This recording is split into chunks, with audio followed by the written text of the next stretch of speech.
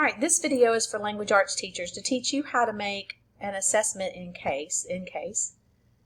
So you'll log in to enCASE and your dashboard will pop up and you can see these options. If you do not see these options across the top, go to the right hand side of your screen. There's 3 lines. That's a drop down menu and gives you these same options that are available here. So I'm going to go to assessment and classroom because that's the type of assessment you'll be making, and we're going to create a new assessment. Then I use the drop-down menus to fill in language arts, my core content, which would be Tennessee, the most recent standards. My class, I would choose a grade level there, so I'm going to choose 3rd grade just for this demonstration. And then I'm going to look at standards. And if you remember from previous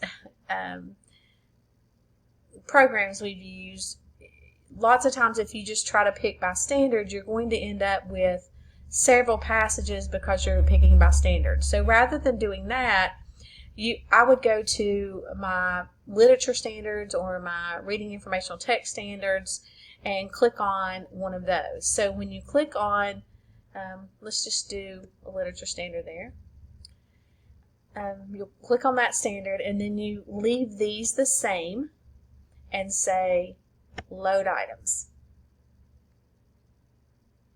These items are going to look different than other ones. So this one, this might be a practice probe you're doing for an end of unit test. So this might be 3rd grade, ELA, unit 2, and I would do the naming convention underscore, I'm doing BTCS underscore TE because I'm district-wide. So if you were doing this, you might put HV for Holston View, AES for Anderson, FMT for Fairmount, whatever your school is, and then put your initials. So you can also subtitle it. Maybe you're focusing on theme or the main idea or inference or whatever your focus is for that. You can do it. You can put that there in the subtitle. And you want to try to shoot for a difficulty level of a 2.5. That's an average difficulty level. Less than that, the test is going to be a little too easy. Greater than that, it's going to be a little too hard. So just kind of shoot for right in the middle. So you'll see that there are 575 matches for that standard. So I don't know about you, but I really don't want to look through all those questions. So the way to do that for literature is to find a passage that you want to focus on. So if you were doing poetry, you might go and look at a poem. If you were doing a certain kind of story, a fable or tall tale or something like that, or so you would look for that type of a passage. I'm just going to pick a passage at random here. I can go ahead and view it by clicking on the hyperlink, and this is from Not My Dog, and you can look at it. There's some vocabulary in there.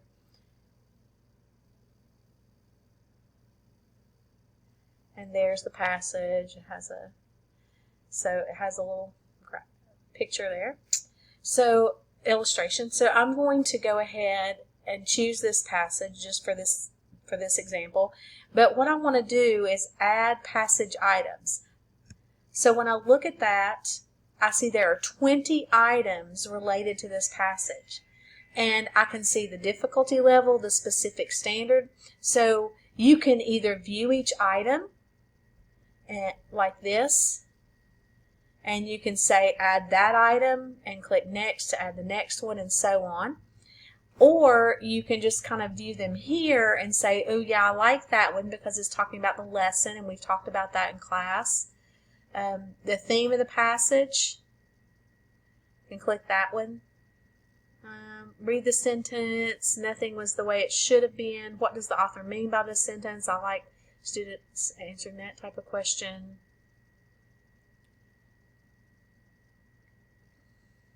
Like that question. What caused Ellie to find her way home?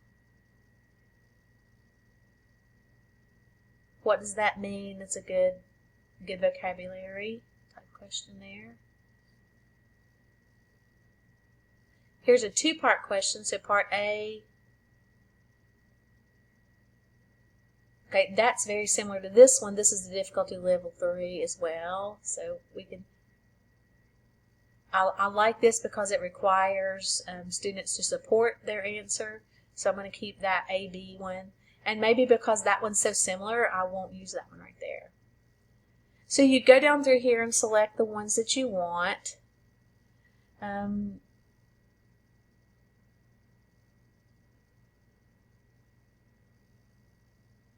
This is a matrix one.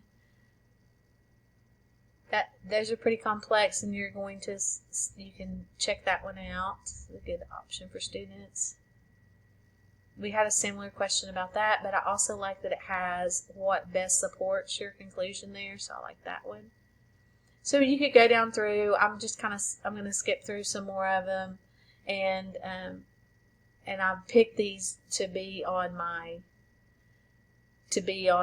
test. So I'm going to add the selected items. So when you look, I've added 11 items. So maybe I can decide to take one off if I don't want it, or I can just keep those 11. I could have added all 20 easily, but I was just doing this as an example. So I can save the changes and my test is saved, and that's totally fine. Or I can save and preview. I have noticed that with language arts, when you're saving and previewing the passage, it takes a little longer because it's pulling those items from different standards. So the computer just kind of spins and processes for a minute there. But eventually your test will pop up and you'll be able to preview it. You have to allow pop-ups. Alright, so it didn't pop up from there, so what I'm going to do is go back to Classroom, and I'm going to filter Language Arts, and the title we did 3rd, ELA, and so there it is, Unit 2. So from here I can edit the assessment, I can delete it, so only delete yours. I need to go back to edit just a second. If I edit an assessment, if it's mine, no problem. I can edit it, save my changes. But if it's someone else's assessment, when you edit it, make sure that you make a copy of it. Here is print assessment. If I wanted to print the assessment out, I can click there. And you'll notice, because I had some technology enhanced items, it says unsupported item types for printing.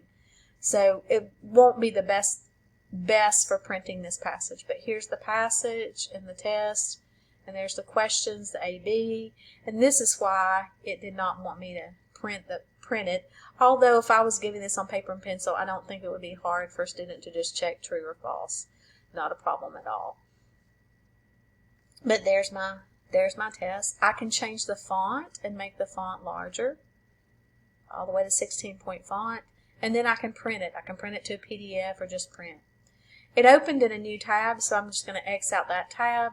You also have the option here to print the answer key. The answer key opens just like the test does, and you can change the font size. And it doesn't show you the question, but it does show you the question number, the standard it's aligned to, and then gives you the answer choices, and you can print that as well. The next option is to preview the assessment. So to preview it, it shows you just like how the students will see it, minus the answers highlighted there. But I like that the passage is on the left-hand side. Students can scroll up and down quickly without having to scroll all the way down to the bottom to see the question. It also has a read aloud option. My dog. Ellie Martin has wanted a puppy her entire life. Ellie's family decides to adopt her great-aunt Margaret's older dog, Preston. Ellie is not excited to have Preston because she wants a puppy. And you can pause that. You can change the speed, and I'm sure students will go to the tools there and change those things. But this is available for students who have an IEP, who need a read aloud or as an accommodation, and that has to be set by your testing administrator. So I can preview all the questions, look over them. There's a multiple select one. There's the box with the true and false. So I've previewed all my items. I think that's fine, so I'm good to go with that test. So now I'm going to schedule it. So here where I'm scheduling, I'm going to click on schedule, and you'll notice the test is selected here in the green box. So everything that's in the green boxes ends up being selected. I'm going to schedule this test. I'm going to just choose Anderson. When you look at this, you will just have your school to choose from. I could schedule the tests for the whole district if I wanted from this perspective, but you'll be scheduling for your classroom. Notice that populated over here on the right for in the green box. Then I'll check on my school. I will click on the grade, and then I will go to English Language Arts. So that narrows it down. So here, if I wanted to assign this to Miss Crane's classes, I would just click on all 3 of those classes. And you'll notice again that they show in the green box, so it tells you exactly which classes you're assigning it to. And then we have the date. So today's Wednesday the 16th, and maybe I want to give students till next Friday to take that test. It's available from 7 to 4. I can even change those times and say, hey, it's only available from 8 to 3. I want them to take it at school. Or, since we have remote learners, you might want to change that time and make it later. Make it open till 9 o'clock at night. And then you would just save changes. So then that test would show up and it would be scheduled. You see the little green, it says your changes have been saved. Everything is ready to go. So when students want to take the test, they go to ClassLink and click on enCASE. And then in the upper right-hand corner, they will say Start Test. Now, of course, they've got to make sure they've selected the correct one, because if you have multiple assessments scheduled, they'll have to select the correct one to take.